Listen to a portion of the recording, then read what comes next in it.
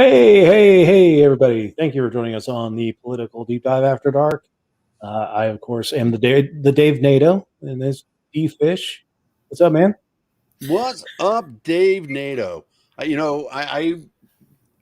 NATO, I think Sharknado, and I think that's what you're going for.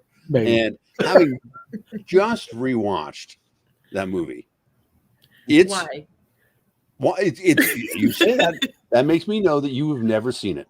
No, I've seen it, but only the Riff Tracks version. That I haven't seen. Yeah. But it's better than you think. I mean, part of it is when you have a movie that knows that it's like gonna be super campy and goofy and stuff like that and can make fun of itself. And then the cast, right? Ian Ziering from 90210 and Tom Brady's ex-girlfriend, whose name is currently eluding me. Oh, yeah. And Tara Reid. Yeah. And it's an amazing film. So Dave NATO, represent. And then the coyly named Emily. Yeah. Yeah. How you doing, Emily? If that really is her name. Nice. Coyly named. All right. So, how's everyone doing tonight? I'm good. I'm gonna share this out a little bit, see if we can get a few more people coming into the show. Scary people. Yep. They're yelling at me tonight. But I am good. I tell you what, it's the last weekend without the NFL. It's the first weekend of college football, man. That was good. There was some good games. I mean, I enjoyed Georgia Clemson. Yeah, although I would wish there was more scoring. Yeah. But I also watched Jackson State and Florida A&M, and for people who have never seen the HBCU halftime shows, oh my God, they are unbelievable. Yeah, it was no less. So FAMU has this thing called the 100, even though the marching band is much more than 100 people. Oh, yeah. And they came in from all four corners of the field and they rocked that joint. It was amazing. So that was great. But again, another terrible game. Game ended 7-6. Ooh. It was terrible. But there were some great games this weekend. Now I'm a big fan of the football championship subdivision, which is right underneath the football bowl subdivision, which is where your Georgias and your Alabamas play. Football championship subdivision is great. It's Division I as well, but then they have a playoff instead, a full playoff rather than just kind of this selective 4-member or 14 thing. 24, 32 sometimes. But this week we saw some really big, college football teams fall to FCS teams. So Washington was ranked 20th. They lost to Montana. And Vanderbilt, which is kind of, I call them barely a Power 5 school. They're kind of the grade point average booster. If you consider that they're named their team after a Lionel Richie band. Yeah. Right. The Commodores. But they lost to East Tennessee State. There are, I think, 6 different FCS programs that beat a FBS program. So it's really cool. I like when the underdog comes and takes the one. Like in the case of Montana, they got like $675,000 to come play Washington for their season opener, and then they beat them. That's like double dipping right there. That's awesome. Yeah. But I'm so excited for college football season. My Kennesaw State Owls won Thursday night, and they play Georgia Tech this week, so they get to step up to the FBS level this week. And Georgia Tech's kind of awful, so it'll be interesting to see what KSU does with them. Texas won. Yeah, Texas won. They beat Lafayette, something like that. Maryland also won. Oh, barely edging out West Virginia. Yeah, that was sad. Oh, yeah, but they were to blame for that loss. You can't turn the ball over 4 times. Oh, no question. I mean, and still lose. I mean, you barely lost. Well, they did score they got the kind of garbage time stuff. I mean, there were points of time in which the Maryland offense looked okay. I'm not going to say that they looked terrible, but I mean, neither one of those guys looked like a powerhouse. I mean, No. West Virginia has been bad since I can't remember what's his name who went to the Jets, left the quarterback. Pennington. No, Yeah, that was not Pennington. Marshall. That was Marshall. What was his name? They were national champion contenders. The Marshall 7 8 years ago. Major, not Major. No, Major Applewhite went to Texas. Come on, somebody in the audience is going to know this, but I'm going to find it before them. If you're on my Facebook page, go to my YouTube page if you want to comment, and I can see it. It is youtube.com/Papaduke, Papaduke. I have a banner for that. I might. Out of curiosity, how'd you choose that name? So I'm a international affairs nerd, and my nickname in college was Duke. And I was registering for my first Hotmail account. This is like 1995. Not Hotmail. I wasn't doing like some stripper or anything like that. Remember the old Hotmail accounts, free email account. And there was a story about Papa Doc Duvalier, former dictator of Haiti. And I was like, I couldn't do Duke at hotmail.com, so I was like, Papa Duke, that works, and that kind of has stuck ever since. So that is Geno Smith was the guy I was thinking of. Geno Smith. Oh yeah. Yeah, he was. I mean, he was a great college quarterback. Did not do well in the NFL, but he's laughing all the way to the bank. Yeah, I mean, I think he does. I think he's like maybe part of the broadcast team for him now. I thought he started Papa Gino's. I'm just kidding. Sorry. I mean, that would be a good move. Actually, considering you're Papa Duke and Geno Smith, yeah, people could get together, and that would be a good thing. Cross promotion. Exactly. Crossover event of the century. Right. Speaking of funny things, After Dark and pizza.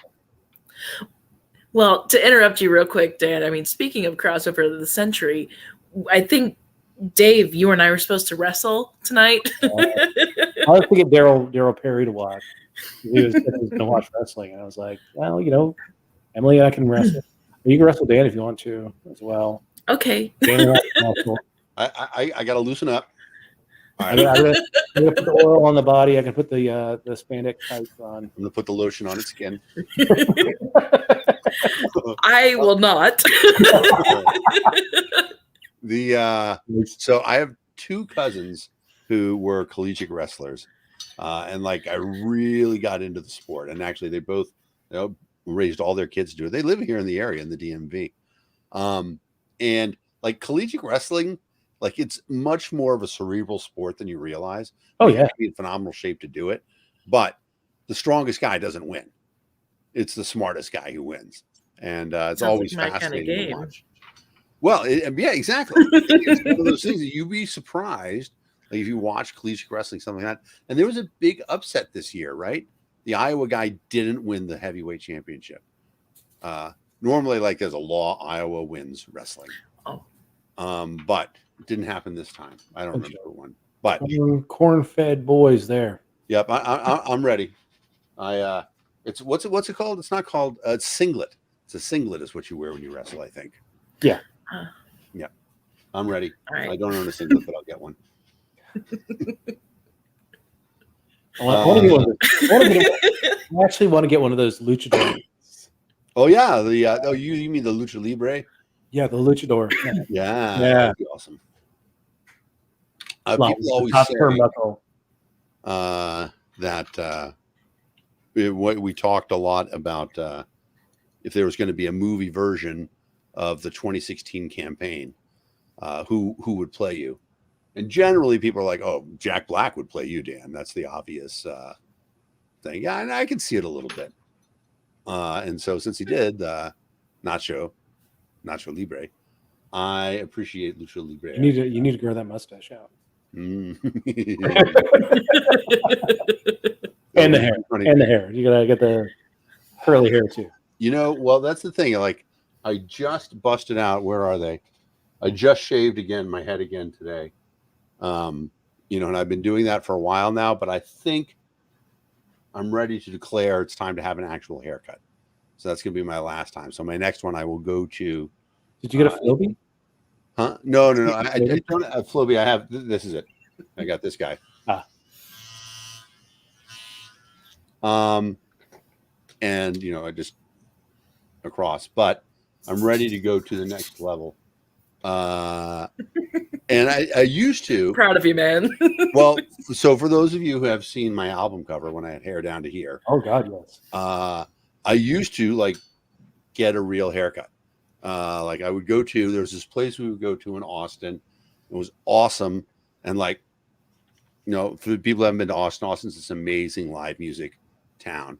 It's like the musicians would go there and they would give you beer to drink while you were sitting there. They would cut your hair. And then because it was always sort of a goofy spot, if like they finished your haircut first, you would go over and like cut your friend's hair. And that's just a terrible idea. Yes. Yes. But I really got into that whole thing about it. And I think, I don't know how many men know this aspect of it, but like when you go to a salon, like they wash your hair first and they massage your scalp, and it's like the most relaxing experience. It's amazing. Love it. And then combine that with beer, and that was just awesome. So I'm not ready to go back to that, but I think I'm ready to go to supercuts. Small steps. Exactly. I've been getting my haircut since probably June of last year. Right before convention last year, I started going back to the hair salons just because I can't do it myself. And then, if it gets a certain length, then I'm like, I need to perm it so I look like Jeff Lynne from ELO. That's my ultimate goal, is at one point to have Jeff Lynne's hair from ELO. Just Nice. Yeah. That is the greatest thing. Okay, well now you have to commit. So But so now here's the thing, right? Emily, you obviously have very pretty hair, so you are invested in taking care of it right now. What are the magic things that you've had to do during the pandemic to take care of your hair? Anything special? I mean, I don't need, because I can grow it out, I don't need to go to the salon so often. So and actually, the last time I spent like big money, because I went to a premier hairstylist in Portland, and because naturally curly hair isn't necessarily easy to deal with either. So yeah, I spent a lot of money on my hair, and then the Ruff Phillips campaign, I was too busy. I couldn't even go. So I just let it grow out for a long time. But my daily hair care regimen is pretty intense. So All right. It takes a long time. That's good, I guess. I mean, it's nice. It's nice to spend time on yourself.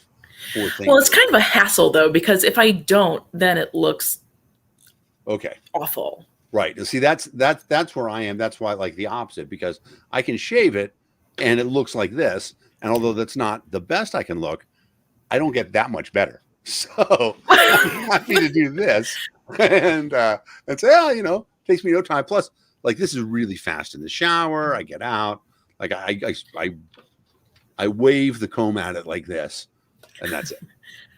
Adding, like, because I don't have to wash my hair every single time I shower, but adding that easily adds 15 to 20 minutes to my shower. So, right. Yeah. Yeah, hair drying is terrible. Oh, and then there's the 20 minutes of blow drying. Right. Don't ever blow dry my hair. You don't need to. I've never done that either. But they must have this where you guys live too. These bars where all they do is blow dry their hair, like they don't even wash it. No. So it's like it was a big thing in Boston as I was coming up. And there's a franchise for it. And all they do, like, you can, and I've never seen it done, but I've never had it done, but like with a blow dryer and the spray and stuff like that, you can get like giant hair, and it looks like rock star stuff. And so there are places, Lux Bar, I think, is one of them. Maybe not, but that's all they do now. And so women will go in Friday at the end of the day and get like the giant hair, and then like they'll have it for the weekend. Yeah. And etc. Okay. Yeah, exactly. In the South, they have that. But it's always old women. And they have Mm. that. Have you ever seen Southern women helmet hair like that?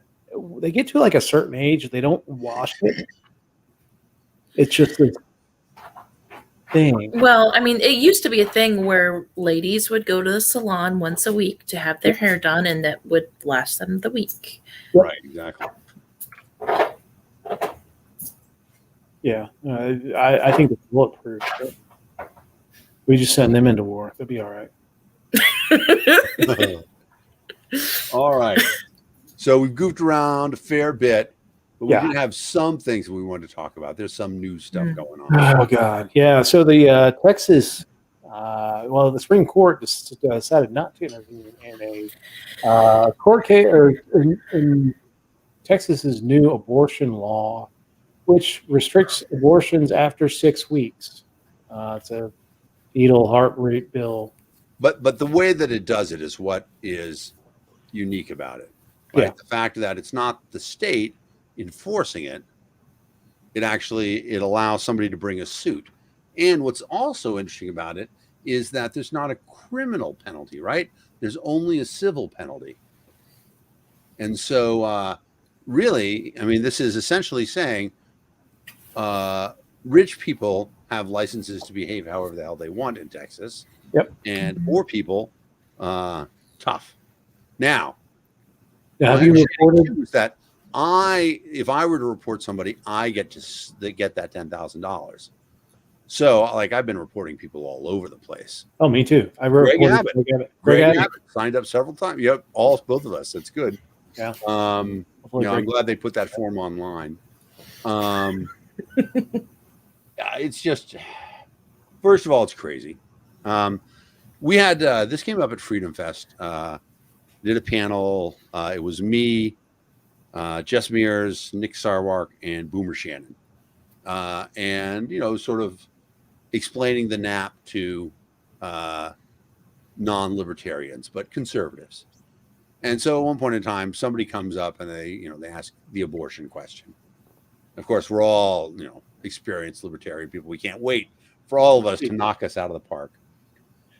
In our haste to be smart, because libertarians like to do that, we made a tremendous faux pas, and we didn't let Jess answer first, even though she's the only woman on the board. So I've said sorry about that a few times. I'm just going to say it a few more times in the hope that maybe someday I'll learn.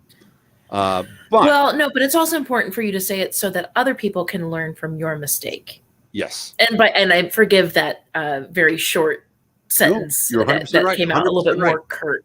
No. That's the way it should be, because there is. I mean, I am a firm believer that everybody can have an opinion, but in the case of abortion and somebody else's body, people who can actually, and I don't mean this as a slam, but people who might need an abortion should speak to the issue before anybody else. You see how I narrowly stepped around that thing? Because there is that whole thing about not saying that it only applies to people who can bear children, because that's not true. All right. Abortion is a women's health issue all the time. And so to that end, I'm going to learn and say, Emily, would you like to go first on this issue? This is such a tricky thing. I mean, after I was raped in 2016, I had to go get the Plan B pill, and I was in the store sobbing, purchasing it. Like, it was just, it goes against my personal beliefs. But I wouldn't say I'm pro-life, and I'm not anti-abortion by any stretch of the imagination. But it comes down to personal responsibility, and we have to let people choose for themselves. We cannot do otherwise. Yep. My comment on this back in South Dakota, and I talk about a lot, is that the essence of libertarianism is accepting the fact that you could be wrong, right? I could be wrong about whatever my belief is. And there's a point in time at which, if a lot of people believe that what I'm doing is wrong, I kind of have to accept that. Okay, there are some things that's just the way it is. And so I just, lay my cards on the table. I am pro-choice on everything. I do see that I could be wrong on the issue, even though it's not my issue. But I would want there to be overwhelming consent, an overwhelming consensus that, that life begins at conception and that abortion is murder, which I don't believe. But if I were the only person and 95% of the population said, you're wrong on this, Dan, I would say, okay, I concede the fact that I can be wrong on this. But absent a majority like that, government shouldn't be involved. I think that the libertarian platform is perfect on this, where it says that, we respect that there are people of good conscience on both sides of this issue. And I believe that. And, as somebody, I say, I'm pro-choice. The idea of people using abortion as birth control is abhorrent to me. Yes. And, considering the number of people out there who pray for a child to enter their life and it never happens for them, I think that, it's a tough spot to be in, but people make the decisions that are right for them at the time. And I'm all in favor of people lobbying and trying to convince people and stuff like that. But unless there's going to be an overwhelming, and when I say overwhelming, I really mean like 80% of people say no, then we shouldn't have any laws about it. We just have to leave it the way that it is. Government has to be, government derives its just powers from the consent of the governed. If I can quote a little Thomas Jefferson there. And there is no consent, there's no consensus on this issue in the country. And I don't think there ever will be. When I ran for office, when I ran for Congress, Massachusetts is a weird state, super blue state, but it's much more pro-life than you would think because of a very large Catholic population. Yeah. And somebody asked me, they said, it's not going to be that long before science perfects the artificial womb. So if we got to the point where, at 2 weeks after conception, things could be transferred to an artificial womb. And so now you have viability almost immediately. Would you still support a woman's right to choose? And I'd say, well, when you phrase it that way, a woman's right to choose, yeah, I'm always going to support that.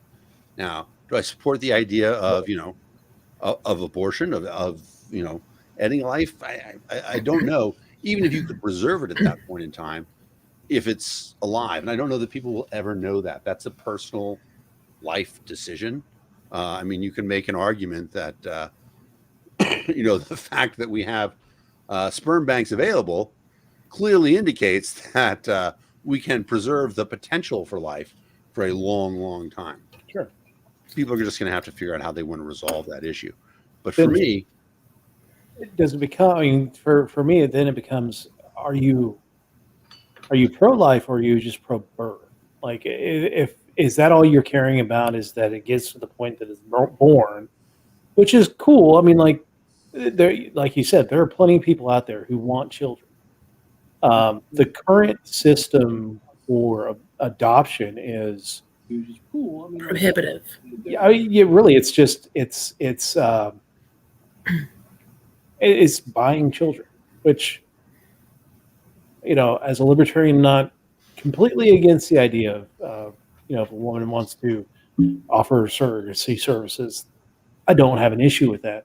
But really, the majority of the money that goes into the system of adoption goes to courts, goes to the state. Woman sees, I mean, unless they're running scams, which is also another endemic problem with the adoption system. The woman sees very little. They see healthcare out of it. They get healthcare during the pregnancy. There's really not much other than that benefits the woman. It's mostly the state. It's mostly the lawyers that get the financial windfall, and it's significant. It's very racial when you think about it, because the price of a white male child is the highest there is. White female child is the second highest, and it goes down as you add other factors, race, and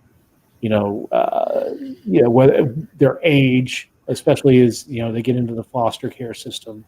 You can find a bargain out there, but it's there are plenty of kids, but it really is just kind of a disgusting system when you look at it. Honestly, yeah, it's pretty crazy. I tell you, I have a cousin who, hopefully she's not watching, but she, she wanted a kid who looked like her, and she has blonde hair and blue eyes, and so she ended up adopting a kid from Russia. Yeah. Who, luckily it was Massachusetts, and, he had the hockey gene in him. And so he's fit in and had a great life there. Yeah. But, it's a strange thing. I mean, it's especially a strange thing. People who want children and find that they can't have them, when they look at what's happening with the system and how it works, the system's broken. The system's broken because the government runs it. Yeah. If there were other options out there, people would be happy to take care of them, happy to do them. But, there was, at one point in time, government had at least an interest in saying, what's happening is broken, and we want to fix it. The answer, of course, was not for government to get involved, but that's where government went. I don't know. But so what's going to be interesting is going to be what is the consequences for Texas for this. And we should be clear, too, that the Supreme Court didn't uphold the bill. Yeah, what they said is we're not going to issue an immediate stay because we're going to be hearing this case in 2 months. Yeah, they're doing a similar bill similar legislation in Mississippi, I think, is right. Going before the court.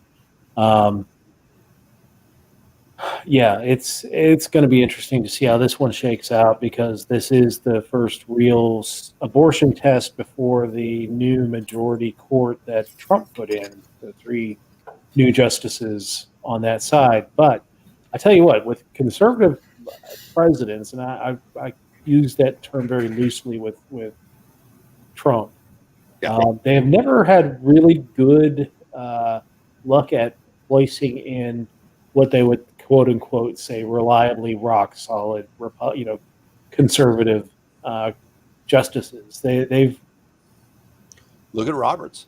Yeah, Roberts. Roberts is it's funny that he is the liberal vote, but he was a guy who I'd expected as a conservative to be the deciding vote to overturn Obamacare, and instead, he ratified it. He said, yeah, no, it's a tax. Congress gets to pass taxes.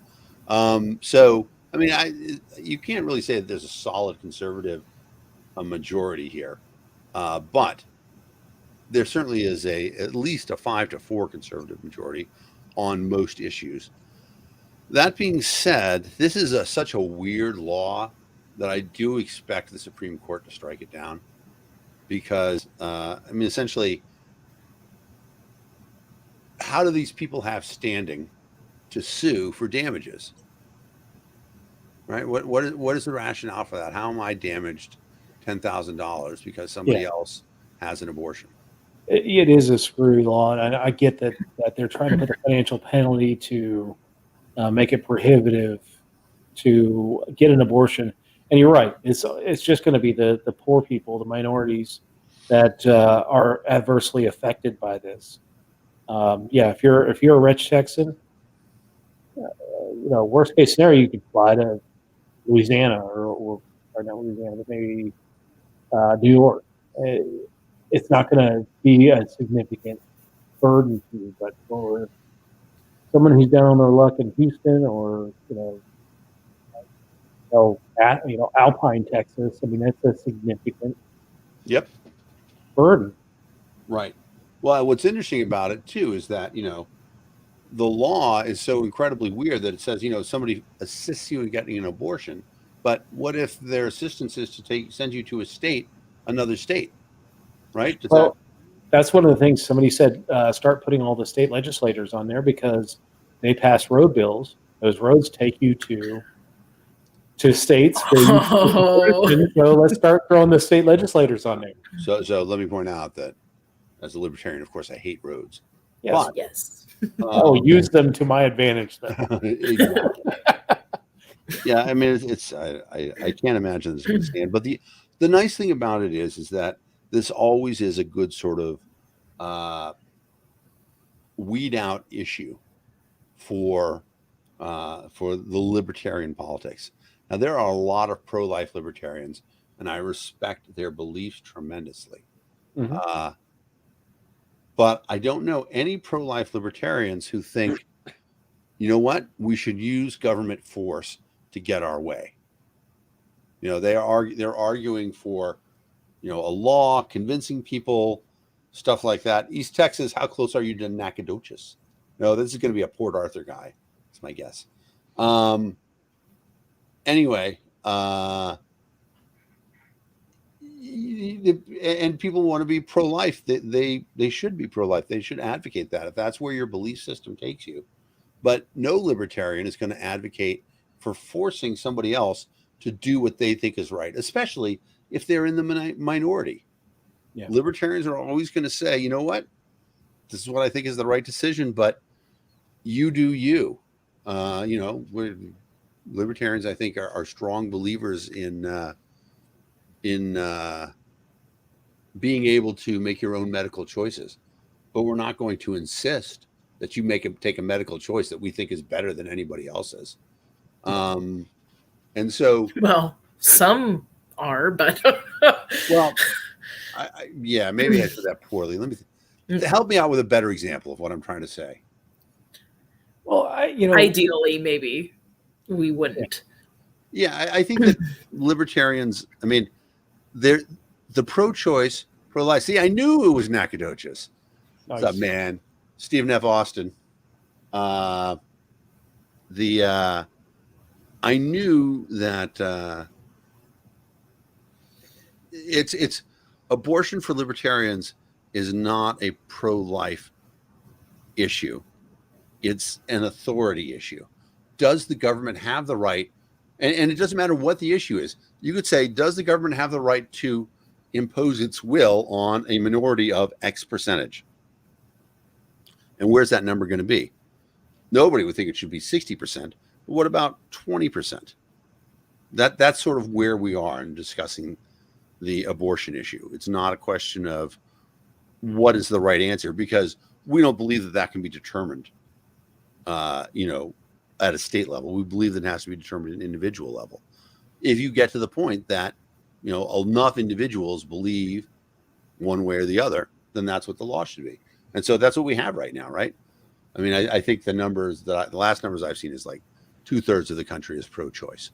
Given that scenario, the national legislation, such as it is, considers that, reflects that. One other thing I'll say about the abortion issue in terms of privacy issue, Ron Paul actually put this best when he was talking about the fact, and Ron Paul is pro-life. He talks about the fact as an OBGYN in the Air Force, he had to perform abortions, and he found it to be a very traumatic and horrific experience, and he's been pro-life ever since. However, when he was asked in the Republican presidential debate, did he support the morning after pill? He said that he did. He said, first of all, nobody knows if a person is pregnant or not at that point in time. And I don't see how else you could police it. And so I've actually taken that a step further. If you know a family that's had a miscarriage It is among the worst experiences that ever happened. It is quite literally the death of the child that they thought they were going to have. And so if abortion is illegal, the police have to investigate every miscarriage to see if something happened. And so, I can imagine no worse scenario than, a family is grieving from a miscarriage and there's a knock on the door. It's the abortion police who need to inspect your vagina. I mean, it's terrible. It's horrific. And so how can we possibly support a police state that would allow that sort of thing? The same way we're supporting the police state that allows all the other atrocities very easily and with very little thought. Which, and in the height of irony is that they will gladly do this because political masters will tell them to do it, but they still won't test a rape kit. There's still thousands upon thousands of those sitting out there untested. But they won't train their officers how to talk to rape victims instead of re-traumatizing them. Yep. Yeah, it's but fuck women, right? We're the fucking worst. Sorry. It is. That's the other thing about it is that it shouldn't be a men's issue. At the bare minimum, somebody has to make the realization. You know what? Different people are going to feel different about this based on gender, and maybe we should let people do that. Aaron Adams posted a really good thing. Vasectomies are easily reversible now. Why shouldn't we have all men get vasectomies, and then when they're actually ready to procreate, get it reversed at that point in time? Because well, I don't know if it's always the case. Vasectomies aren't always easily reversible, especially after a number of years. No, myself. But to be fair, where are my tweezers? To be fair, shit. I'm ready. I'm sorry. Go That's ahead. A whole different cake, Dan.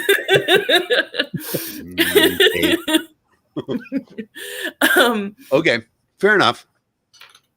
But also, to be fair, I really I don't like the narrative that women are the ones who have the say on this.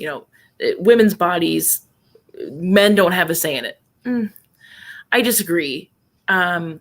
It takes two to tango, and if you allow that man inside your body, obviously it's not always allowed, but he has a say. It's an interesting concept. Do you believe that a man can say, I don't want to have anything to do with his child, and then is absolved of his responsibilities? Sorry. No, I mean, I'm a little distracted.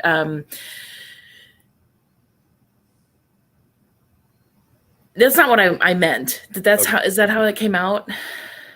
Well, I mean, what I understood you to say was the idea that both people are involved equally in the decision. And, right now, the way it stands, if with a legal abortion, a woman has the final decision. And she can say, I don't want to be a parent. And then she doesn't have to be a parent anymore before conception. Yeah. So would you argue that men should be allowed the same thing? Yes. In the first trimester, should a man be allowed to say, I don't want to have a baby? I am legally ridding myself of responsibility for that? Yes. All right. I don't disagree. I haven't really thought it through that far. And honestly, that's a concept that I didn't take that step of that line of thought. But I mean, are you talking about more that the man should have a say within, like the two parents should have a say within what the result of the pregnancy should be? What I'm saying is that it isn't a women's only issue. Yeah, sure. But a lot of people are trying to make it one. Right. It's not a women's only issue. I agree with that. I do have an interesting thought. I do think that women get the final say about what happens with their bodies, though. It is their body, and I tend to agree with you. But if they are also having this child against the man's will, then they can't turn around and force him to pay child support for the rest of his life. Right. Because and it's so tricky because there are a lot of mitigating circumstances. Maybe they did use a condom. Maybe she was on birth control, because those aren't 100% effective. Right. And you could have a scenario in which the couple doesn't want to have children, but an accident happens. Or there's an issue, and this has happened before, where there's a disagreement between the couple about whether they're going to have a child or not. And say the guy wants to have a child and the woman does not. And does something to the condom, or, doesn't put one on, and the child results. Yep. I've known people to use pregnancy as a way to keep their partners. Sure. And that's disgusting and despicable, but it happens. Yeah. I do have to mention, you probably learned a mnemonic, how to remember the planets in the solar system. Mars, Venus. I don't remember it. Yeah, but yeah. The best one that I've ever heard is Mary's virgin explanation makes Joseph suspect upstairs neighbor.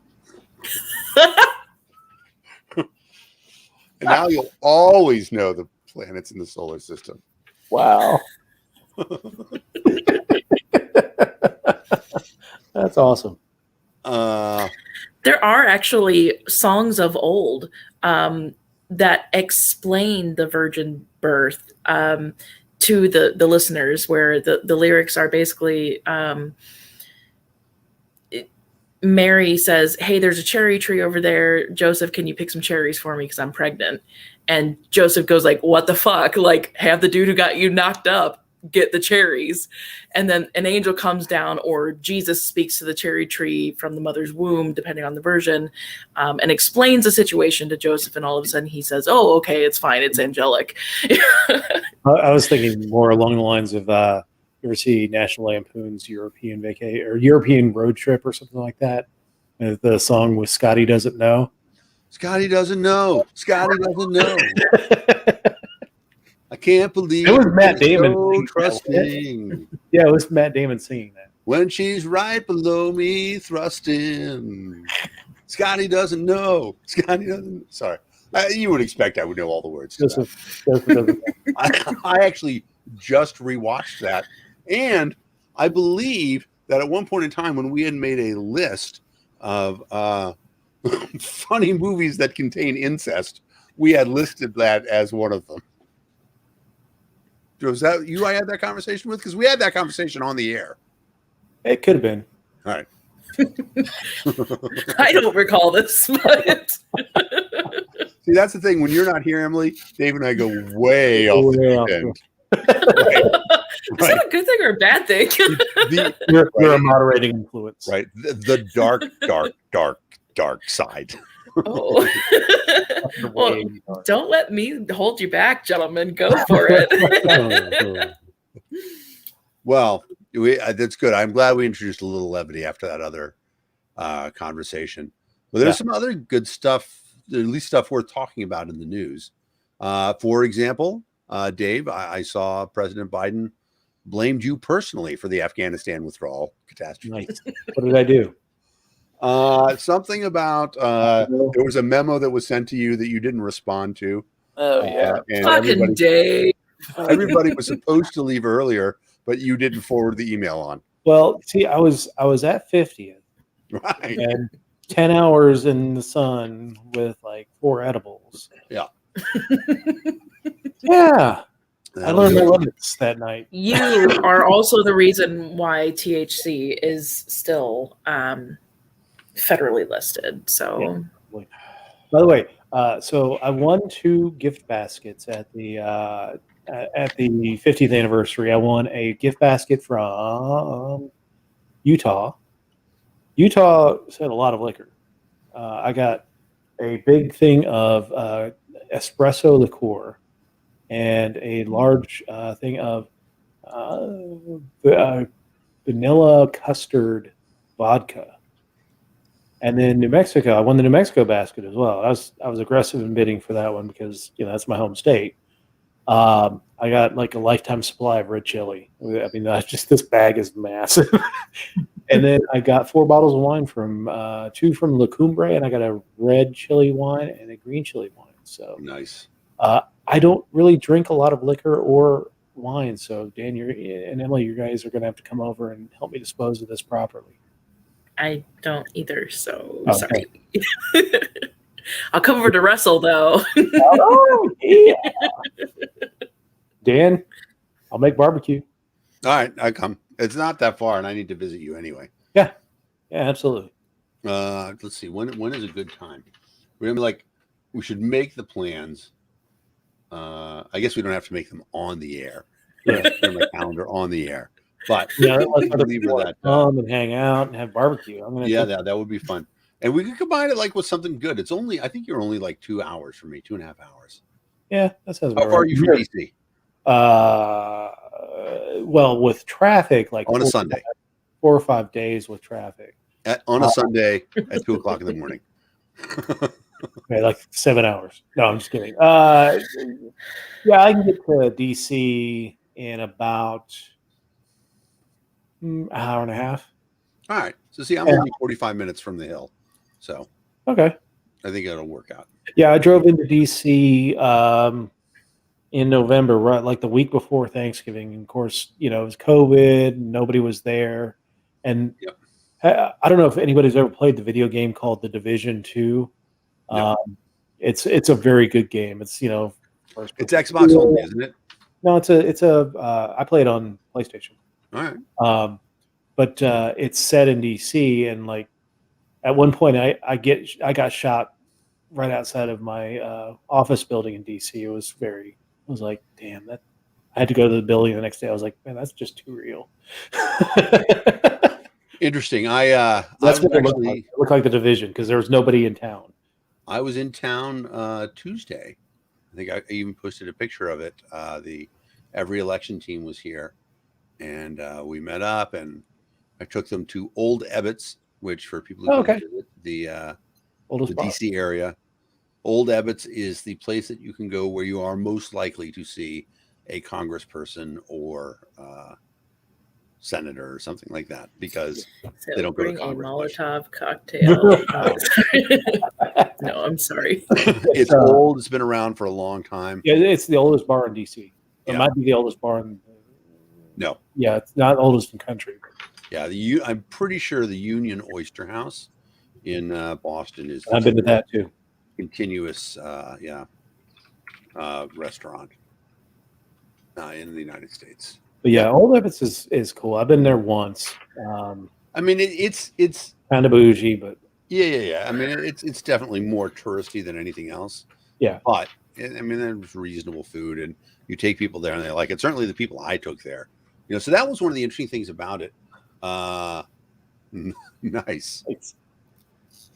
Clut of RONR is pretty funny. The C-lut of RONR.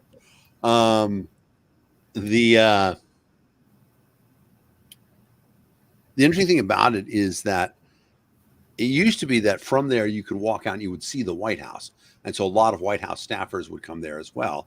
But since like they really cranked up the security, and actually not even just like 9/11 security, but when Trump came in, they put up all those extra fences. Yep. Because Trump didn't want to be able to see people when he looked out the White House windows.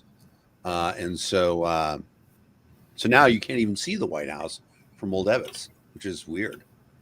Yeah, I mean they've got thick tree cover, they've got high fences now, and I was so angry when I went into DC in November because Trump's still in office at that point, and Lafayette Park, right across from the White House, right across Pennsylvania from the White House, was still just steel cage, 20-foot high steel cage all the way around it. You couldn't get anywhere near the White House. I mean, it really was just kind of a microcosm of how the Trump presidency went. Like, the People's House is not really even visible from anywhere in DC now. Right. Yeah. I tell you though, it is nice to tour DC with not just people who don't live there, but in this case, my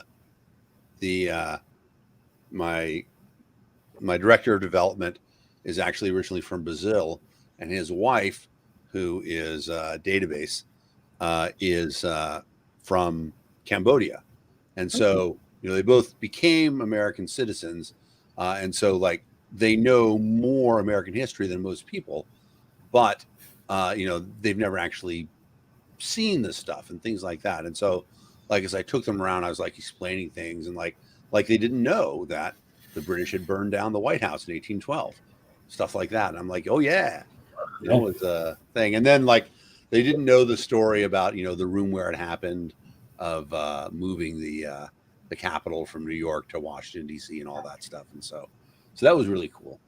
And I think and I haven't even lived here that long, but if you're in the D.C. area for a while, you kind of get immune to the all the stuff that's here.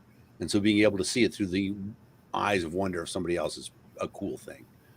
I never really got that though. I mean, like every time I pass by, like my favorite memorial is the Jefferson Memorial. I always just loved looking at the Jefferson Memorial, watching the monuments.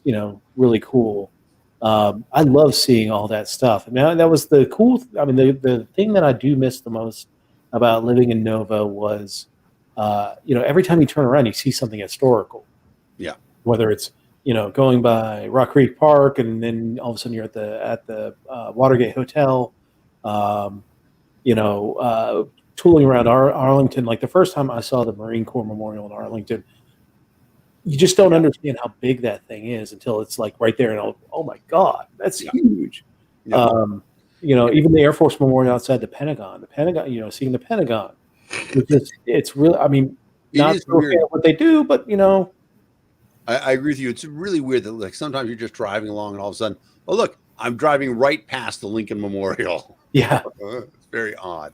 Yeah. All the stuff you see on TV all the time, and you're like, oh, that's just it's just another day at the office. It's another day driving into work. And when we first moved here, the apartment we were in was in Alexandria in Old Town, but it was on the 15th floor and facing north. So we could see the monument in Capitol really clearly. Yeah, it was actually a great place to watch the fireworks from too. And I guess maybe I'm a little jaded. Anyway, there was one other really good thing in the news this week. I'm trying to remember what it was worth talking about. Let me see. One thing. Lindsey Graham. Oh my goodness. What's he up to now? When Lindsey Graham is saying that we're going to be back in Afghanistan. Yep. As soon as the Democrats leave, Republicans are going to go back to Afghanistan. And can we send them? Can we send the Republicans back to Afghanistan? That would be awesome. I do remember the first plane. When the Democrats fled Texas, LP Texas put out a tweet saying, well, we have half the problem solved. How do we get the Republicans to flee as well? It would be nice if we could send the Republicans back to, or the people, just send the people who support the war. Yeah. Have you been following the story about the translator that saved Joe Biden in Afghanistan and isn't able to get out?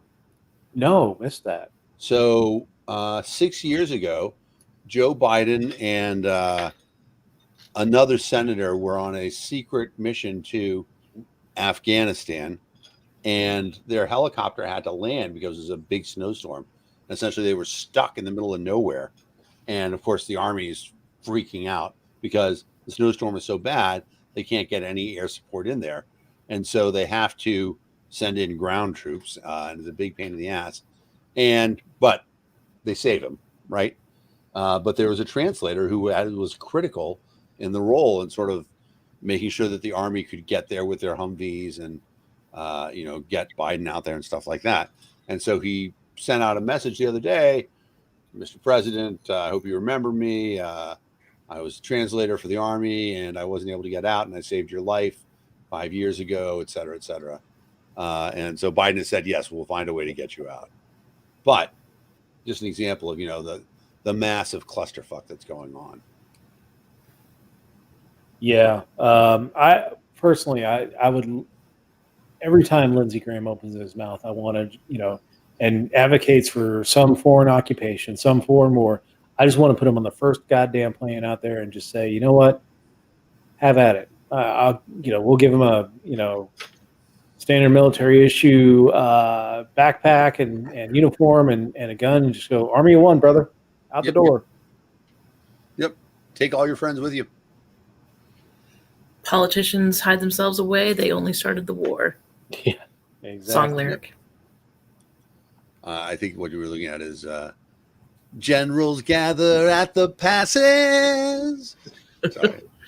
Just like witches at black masses. Now we're going to get banned from YouTube because of me singing. Yeah. Right. Yeah. Damn it. Now I'm going to be singing it the rest of the broadcast. It's going to be a real problem. You're welcome. Anyway. Yeah, so that's the implied threat, right? Oh, we're going to be back in Afghanistan. Who is that meant to be a threat against? Is it meant to be a threat against the Taliban, or is it meant to be a threat against the youth of America, that we are going to send you guys back to war? So if you don't want to do it, vote us out. That's what I'm hoping it is. I hope that somebody does something like that. Like wherever South Carolina, I don't know. Maybe Joe Jorgensen will run against him. I don't know when he's up again. But I would run against him and play that thing over and over again. I think he just got reelected. You're probably right. Yeah. But, I don't know. He's such a goddamn clown. He's been trying to get us into wars and stacking wars on top of one another. It's not just Afghanistan he wants to go into. He wants to go into Iran. He wants to go back into Iraq. He wants to go into Syria. He's not met a Middle Eastern territory or Central Asian territory that he doesn't want to personally. Right. He hasn't met a country that he doesn't want to bring peace to.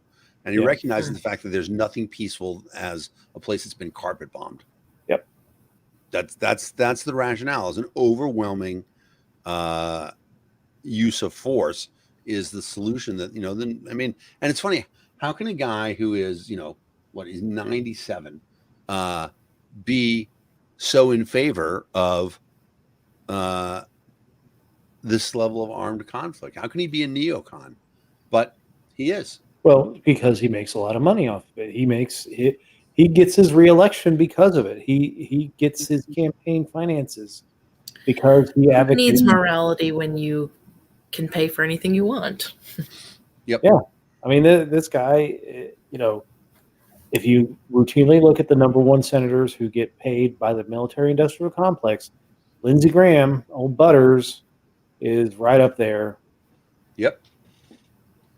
I'm just looking at his career. So he is elected to Congress for the first time in 1995. So he's been in office for 26 years. He's part of the contract with America. He is. That's a good point. Wonder who he had to beat to get in there. But kind of weird that he's also still apparently a member of the United States Air Force Reserve. How old is he? I don't know that he's that old. I mean, I would guess probably late 60s, early 70s. Well, let's see. Okay, so he's born in 55. Yeah. So, I guess he's only 12 years older than me. So he's like 65. So that's not that old. That's unfortunate. I was hoping he would decide to retire soon. But I know. Judging by South Carolina senators, I mean. Yep, exactly. Yeah. Had to carry him out. Strom Thurmond. Old Strom Thurmond still hitting on, assaulting women at the age of 98. But I mean, it's funny because, right, if you were going to say who's the congressman who's most likely to have been a member of the Klan, it's not Strom Thurmond, right? Nope. Still Robert Byrd. So Robert Bird. Yeah. Crazy. All right. What other fascinating things have been in the news? I know we're all jacked up about the start of football season. We did talk college football, talk a little pro. Yeah, I'm not really hopeful. I mean, I hope my Giants don't shit the bed this year. Yep. But I'm not. I mean, they did okay last year, but I mean, it was just an awful division. So, I mean, they almost made the playoffs, but wait, who are you talking about? The Giants. Oh, I almost made the playoffs. But I mean the NFC East. Yeah, and I'm surprised that you're not a Bills fan, because I think the Bills could be in the Super Bowl this year. I'm that's my AFC team. You know, if it comes down, to a game between Buffalo and New York, I'm going to root for the Giants. But if Buffalo wins the Super Bowl, God bless it, man, because that city needs a championship so bad. Yeah, no, I mean, I can't argue with that, even if they are 50% Canadian. For people who don't know, the Bills play half of their home games in Canada. Not anymore. They used they don't. No, they broke that agreement. It wasn't even half. It was like 2 games, 1 or 2 games a season they would play. Huh. It's just like Jacksonville going to London. Right. Well, but everybody goes to London. That's interesting. I didn't realize they stopped doing that. Yeah. All right, I take it back, Buffalo. That was back when Rob Ford was the mayor of Toronto. Yes, exactly. I love Rob Ford. Rest in peace, man. Is he your favorite politician arrested for cocaine possession? Because I also like Marion Barry. Yeah, no, I'm more Rob Ford than Marion Barry. Rob Ford. It wasn't cocaine. It was actually crack, wasn't it, or heroin? Was it? Yeah, no, it was much harder. It wasn't cocaine. It wasn't the rich white guy substance. It was pretty brutal. I want to say it was heroin. What it is that it's weird because, like, and I say this as a person who's not thin myself, but like, I mean, he was always really overweight, and you would think with the amount of drugs that he was doing, that wouldn't have followed with it. Yeah, I didn't realize he died. Yeah, no, he died. He had cancer, and died. 46, man. Yeah, he lived a rough life. I mean, he lived it to the fullest. As full as you can do on heroin, but the worst thing about the whole Rob Ford thing is that he came to prominence and died. Well, came to prominence after Chris Farley died, because Chris Farley should have played him in the movie. Yeah, because Chris Farley was Rob Ford. I mean, it was like the prototype of Rob Ford was Chris Farley. I just rewatched that Adam Sandler's tribute to Chris Farley. Did you see that when it was on Saturday Night Live? I mean, that was unbelievable. No, I did not. You should watch it. It's amazing. And I have to say, for you and me, there's a lesson there as well. We should be thinner. Yes.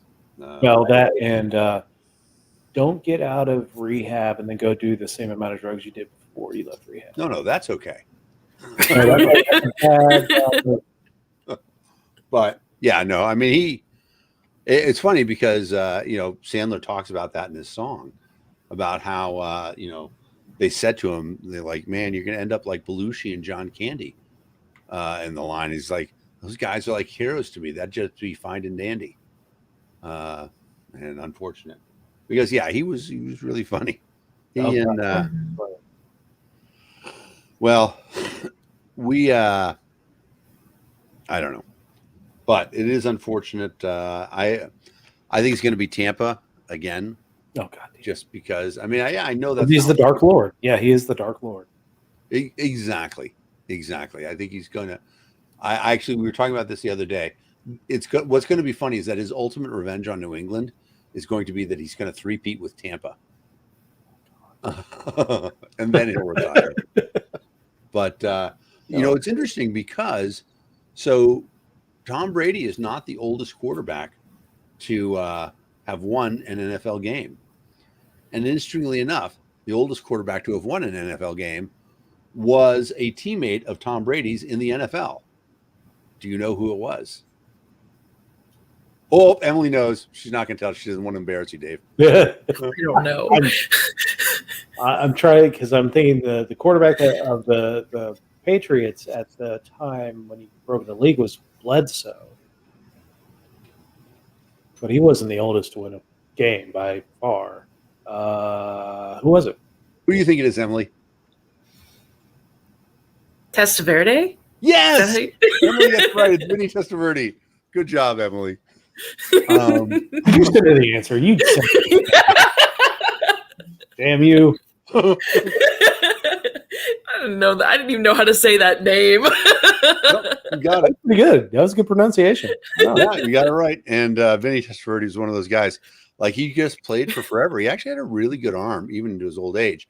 And I saw Brady talking about this the other day, and he mentioned the fact that he had learned that from Testaverde, that it's your arm stays almost for forever. It's your legs that really go. And in Brady's case, where he didn't have any legs to begin with, it hasn't really hurt him. Yeah.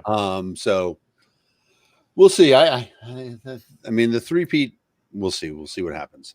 But yeah, I think for everything to fall in line for Buffalo would be to play Brady in the Super Bowl and beat him.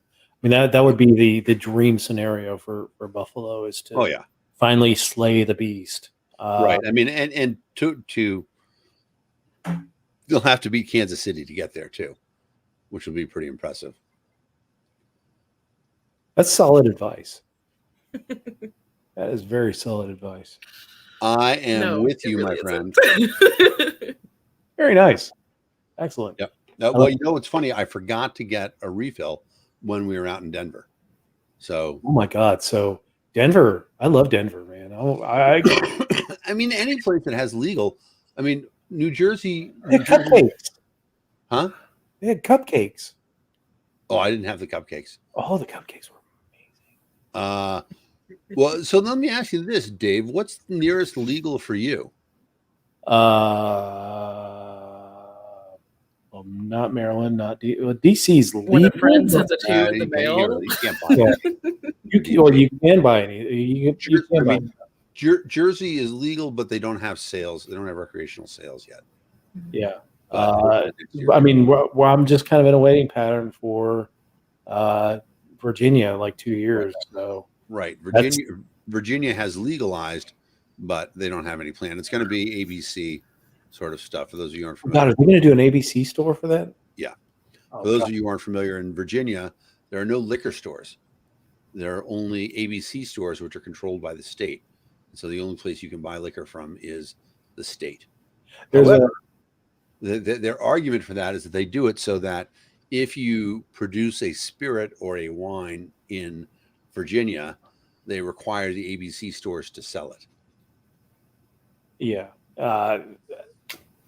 The ABC stores, one of the greatest stories of abuse that happened when I was living in Virginia. There was a young gentleman walking across, I think it was UVA's campus, or maybe it was Richmond's campus. Mm-hmm. He had a case of water, and the ABC police beat the ever-loving tar out of this guy because they thought he had liquor. I thought he had beer or something like that. And they beat the tar out of this kid. And you know, it led to a moment where they were talking about getting rid of ABC stores, but then of course, you know, the lobby really shut that down. And which is insane because I mean that's one of those things, like when the state controls the prices on alcohol, it's terrible. And especially in a state like Virginia, which is relatively small. And I say that having come from Texas, right? We'll drive I-81. Yeah, exactly. Right. I can't imagine that, people in Alexandria ever buy alcohol at the ABC. They just go over to Maryland. Yeah. Where we have 195 proof Everclear, which is awesome. Do they have a 195 in? Maybe it's 190. I got to get one in the class. When that was the one thing that I really overbought. Was when, you know, early on in COVID, when there was no rubbing alcohol to be had, I went out and bought like 3 gallons of Everclear. It's either 190 or all prestige sheets. I mean, it's awesome for cleaning. It's awesome for disinfecting, all that stuff. I made plenty of hand sanitizer and gave it away. But no, Steve Sheets has a method of distribution for that. interesting. Well, the 3 sheets to the wind.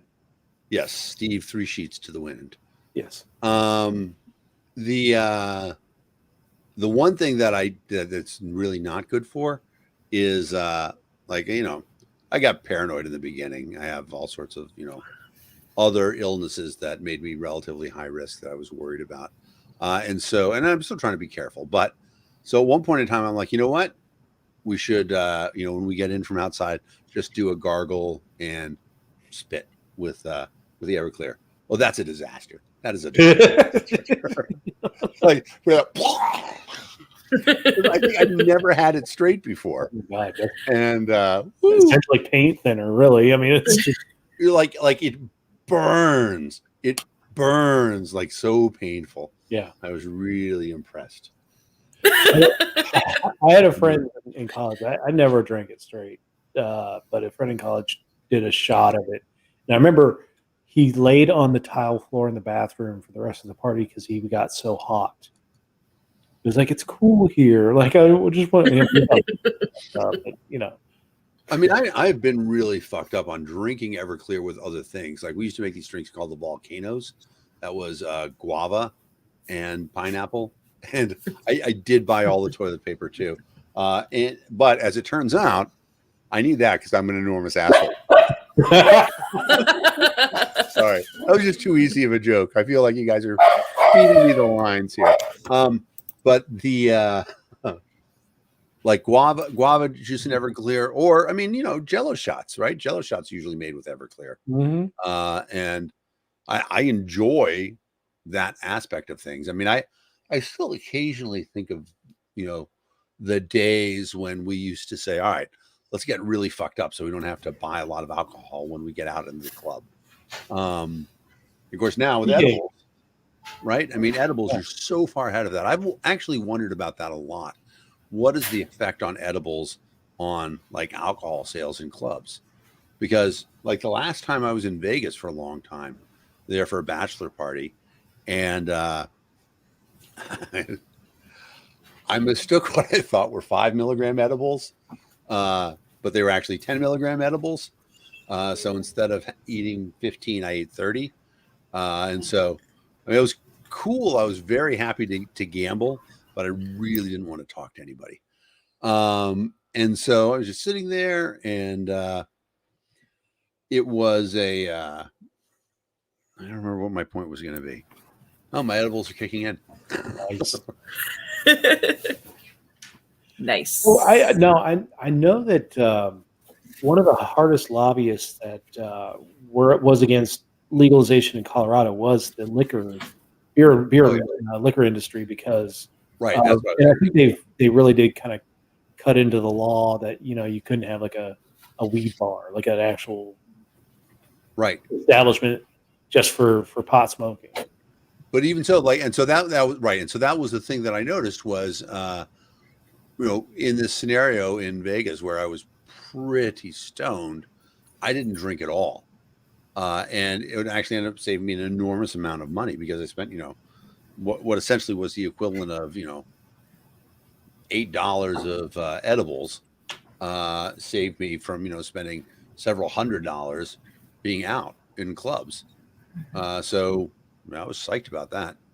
Well, it's legal in Illinois, so when you come over for the convention, I am so excited for that. It's going to be a good time. Nice. I'm really Anthony Multi said he's going to be setting up a table, and I volunteered to help him out with that. Cool. That's very nice of you. Yeah. Washington Toners. Yeah. I should buy a table too. All right, I am going to do right now. But right this second. I'm at least going to open the webpage and go to the vendor page so I can get that set up. Because it's actually it's south, right? So all the time, like everything I've ever done in Illinois has been in Chicago. So just the other parts of Illinois, I'm very excited about. Are you flying or driving? I think I'm going to drive. You want me to pick you up on the way? Sure. Yeah. All right. What's the date on it? October 8th and 9th. All right. So I probably Heck yeah! It's a Yeah, part of like it. I leave on the 8th, and let me just put it into the map right now. Sweet. Bradley Bourbonnais. See, that's why it's good to do stuff like this. Yeah. Yeah. Planning. The Super 8 by Wyndham. Oh, sorry. Map. Directions. So I'm sure we can talk about something while he's working. Yeah. Or we can just stare at him intently. So I know I've talked about this before. Whenever there's a coup d'etat in the world, Kara and I will do what I call the haiku d'etat. So we do a haiku regarding what's going on in the country. So today, in the country of Guinea in Africa, their president was overthrown by the military. There's dispute as to whether it happened, but we each did haikus to celebrate. It's kind of macabre, but we celebrate haikus, overthrow our government. Someday we'll do it for us, I guess. And so you're gonna get your haiku? Yeah, I'm gonna find my haiku here. I am a big fan of haikus where you do one word on each line. So like irresistible has 5 syllables. So that can be like your first line or your last line. It's very powerful at the end. Yeah. I mean, I'm not that creative. So there's a picture that came out that this is preference mine. So the coup plotters posted this picture of them all surrounding the president. His name is Alpha Conde. They're all surrounding him. He's sitting on a couch. It kind of looks like a weird ad. It's interesting. So Kara's haiku was Alpha Conde out. All power to the people. Peace might be coming. Mine was Special Forces pose with Alpha Conde on couch, but there is no job. I like it. So, I like that practice. I think that's very meaningful. That's a cool thing. I love doing haikus. So do you stick with the are you very strict 5-7-5? yeah, that's my thing. So okay. I agree with that 100%. I do know people who say that it could be, 5-5-7 or hippies. I disagree. I agree with people wrong. Because people will tell me, well, it has to be about some kind of season or nature or something like that. I'm not that strict on it. It's just the 5-7-5. Right. You got to get into a format of some sort. There needs to be rules. So if anybody has a good haiku, if you're following what's going on in Guinea, or if you hear of a overthrow of another foreign, so let's talk about that thing that there is. If you're a conspiracy theorist, you think this is part of a conspiracy to remove African leaders to make way for right? No, a rash of African leaders that have been deposed in the last 4 months or so. Yeah, there have been. I mean, the Mali had one in, I want to say May, but then there were a couple that just, they got the COVID and died. So they say, and they were generally the most vocal detractors of COVID, which kind of always is the way. You're seeing that with American radio hosts right now. But that's the thing is that maybe it's the American pharmacology, big pharma, who's killing them off for saying there's no exactly. Yeah, all right. But there was the guy from Chad who rode into battle and got yeeted. Yeah, that was pretty funny too. Yeah. But yeah, I mean, I think it's just generally the global unrest and the global, it's hitting Africa because the governments there are less stable. I would almost argue that this is kind of I think history does repeat itself, or at least rhymes. And that this is kind of like perhaps the interwar period between World War I and World War II. that we're in right now, and that something bigger is coming. You're seeing destabilized governments all over the world. Who's going to be the big despot to pop up? Maybe they're already there. Maybe it's Putin. Maybe it's the Chinese leader, whose name escapes me right now. Deng Xiaoping. No, that's Xi Jinping, maybe. Yeah, yeah. But anyway, or maybe it's some brand new despot that we don't know. I don't think it's going to be Viktor Orban out of Hungary, but perhaps he does. Never know. I mean, remember the World War I and World War II were at least World War I was started, kind of in that neck of the woods, out of the old Austro-Hungarian Empire. So there's a good band named Franz Ferdinand. And Ferdinand, yeah, exactly. So he lives on. Actually, I don't know if they exist anymore, but the early 2000s, the olden days, right? Yeah, Franz Ferdinand was a band. I say that. I see Emily giving me the stink eye over that. Nope, I'm thinking I'm writing a haiku. Really? Yes. All right. I'm going to compose a haiku too right now. Yes. We want it to be about Guinea, right?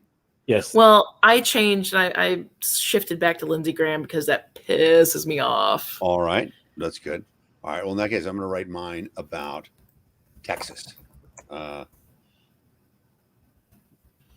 not pleased with this last line yet, so I've been working on it. All right. Plotting future deaths. Lindsey Graham, warmonger. Bring light to his shame.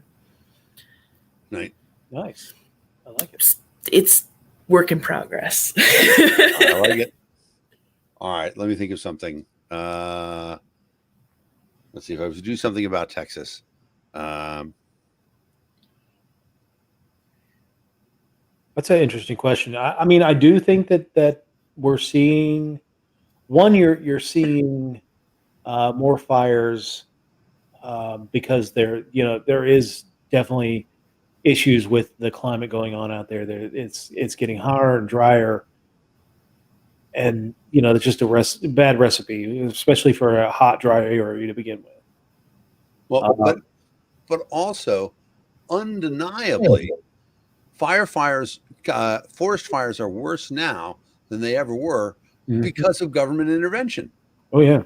Right. So, I mean, you know what? I am a person who believes somewhat in anthropogenic climate change.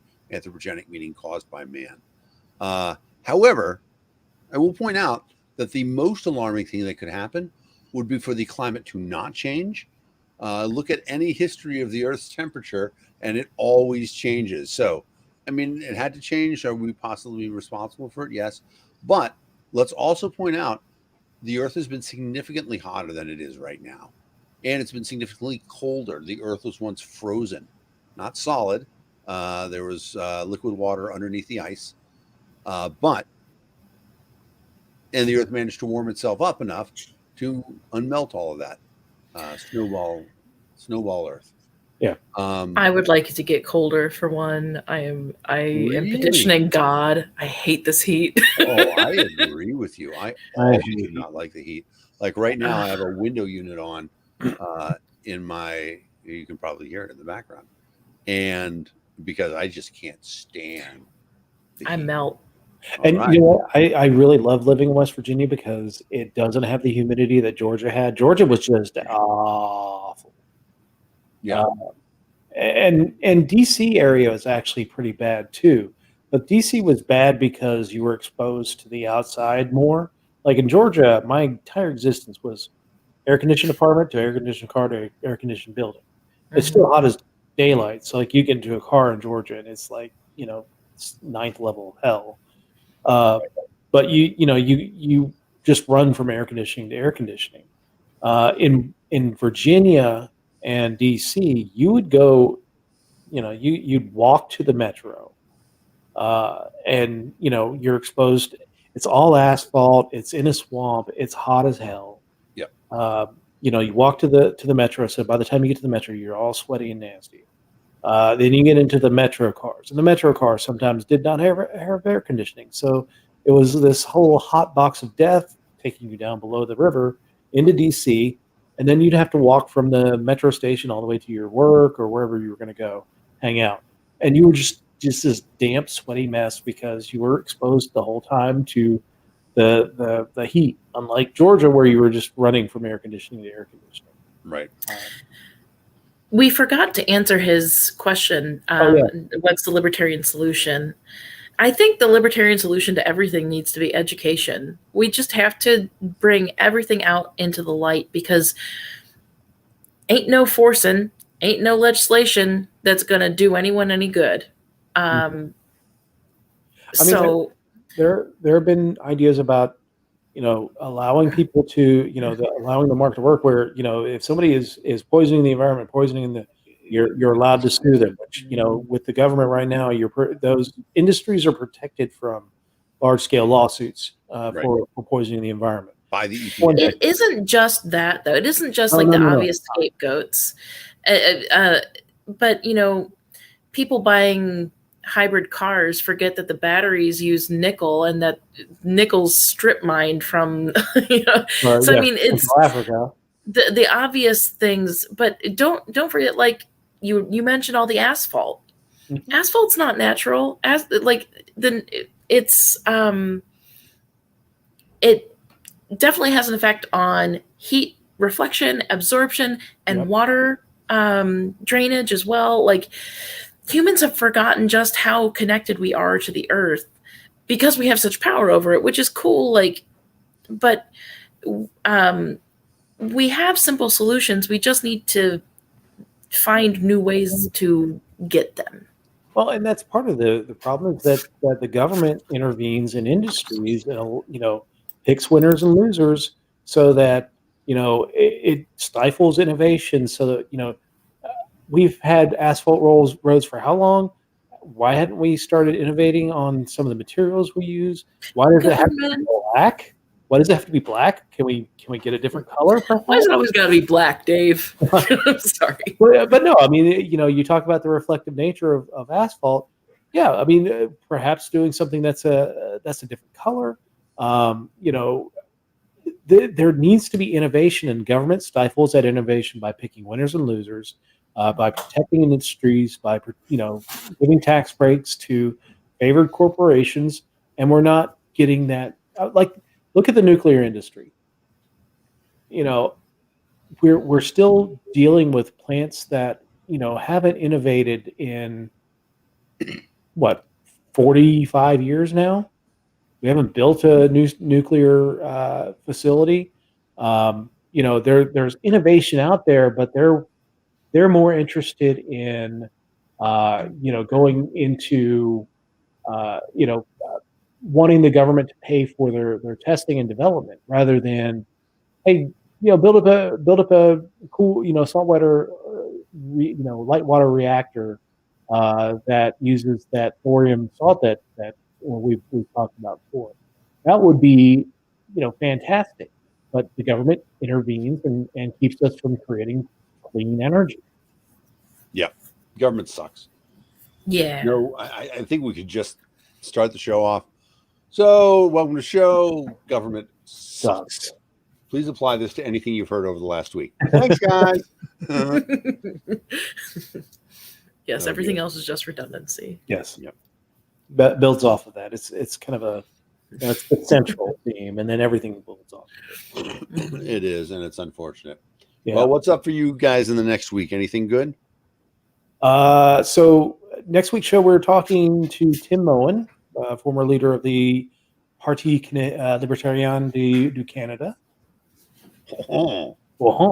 Libertarian Party of Canada. We're talking about the Canadian election, which is not this week, but next week. Justin Trudeau called a snap election.